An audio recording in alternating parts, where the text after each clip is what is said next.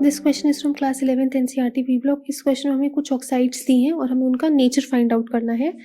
तो सबसे पहले ऑक्साइड लेते हैं हम CO। CO हमें पता है न्यूट्रल ऑक्साइड होती है। इसके अलावा हमारे पास जो है B2O3, SiO2, CO2, ये जनरली हमें पता है नॉन मेटल्स होते हैं। तो नॉन मेटल्स का नेचर कैसा होता है, इनकी ऑक्साइड्स होती हैं एसिडिक ऑक्साइड्स। इसके बाद एल्यूमिनियम और लेड, एल्यूमिनियम, लेड और जिंक, ये तो हमें पता है कि ये एम्फोटेरिक ऑक्साइड्स होती हैं। तो ये हो गई एम्फोटेरिक ऑक्साइड्स, ये हो गई हमारे पास एम्फोटेरिक ऑक्साइड्स। और हमारे पास Tl2O3 है। Tl हमें पता है मेटल होता है, तो मेटल का ऑक्साइड्स कैसा होता है, बेसिक नेचर का होता है। तो ये हो गया बेसिक ऑक्साइड। अब हमें क्या करना है, कुछ रिएक्शंस लिखनी है तो इनका नेचर शो करने के लिए। तो हम क्या कर सकते हैं, जो एसिडिक है उनको बेस के साथ रिएक्ट करा दें। तो अगर हम यहाँ पे लिखें B2O3 प्लस NaOH, तो वो क्या फॉर्म करता है, B2O3 प्लस NaOH अगर हम रिएक्शन लिखते हैं तो वो फॉर्म करता है NaBO2 और साथ में क्या बन जाएगा, वाटर।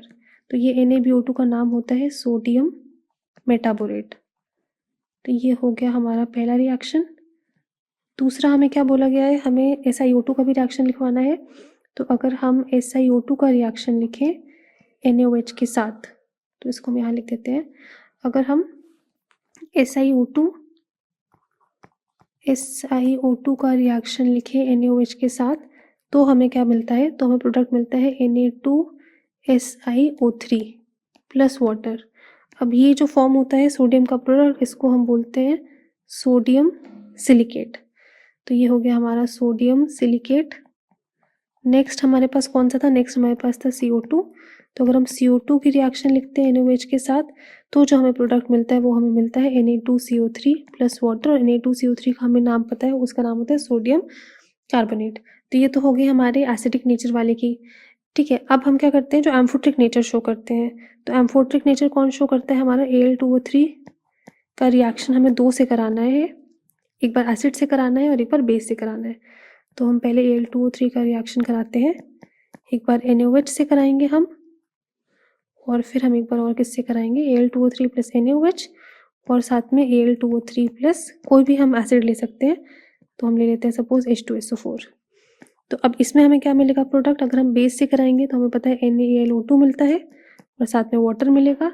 और इसमें हमें क्या मिल जाएगा, इसमें हमें मिल जाएगा Al2SO4 होल थ्राइस और साथ में हमें क्या मिल जाएगा, वाटर मिल जाएगा। तो ये तो हमारी हो गई Al2O3 की रिएक्शन। सिमिलरली दूसरा हमने कौन सा अपना ऑक्साइड लिया था, PbO2। यहाँ पे PbO2 था, PbO2 जो एम्फोटेरिक नेचर है, इसका रिएक्शन करा देते हैं अब हम। अगर हम PbO2 का रिएक्शन कराएंगे एक बार NaOH से, और फिर हम एक बार PbO2 का रिएक्शन कराएंगे H2SO4 से। तो PbO2 का रिएक्शन हो गया NaOH से और PbO2 का रिएक्शन हो गया H2SO4 से। तो हम प्रोडक्ट देते क्या मिलता है, हमें इसमें मिलेगा Na2PbO3 प्लस वाटर। और इस केस में हमें क्या मिलेगा, हमें मिलेगा PbSO4 plus H2O plus O2। तो इस केस में एक चीज़ हमें और एक्स्ट्रा मिल जाती है, वो होता है हमारा O2 भी रिलीज होता है। तो यहाँ पे था हमारे पास PbO2 प्लस H2SO4, ये हो गया हमारा H2SO4। अब जो हमें लास्ट रिएक्शन लिखनी है वो हमें किसकी लिखनी है, एक लिखनी है बेसिक ऑक्साइड की, Tl2O3 की। तो हम नेक्स्ट रिएक्शन देख लेते हैं। अगर हम Tl2O3 का रिएक्शन, ये बेस है तो इसका रिएक्शन किससे कराएंगे, HCl के साथ कराएंगे। तो इसके साथ हमें मिल जाता है, HCl के साथ कराने के बाद हमें मिल जाता है TlCl3 प्लस वाटर। ये हो गया हमारा रिक्वायर्ड प्रोडक्ट। तो हमने तीनों देख लिया।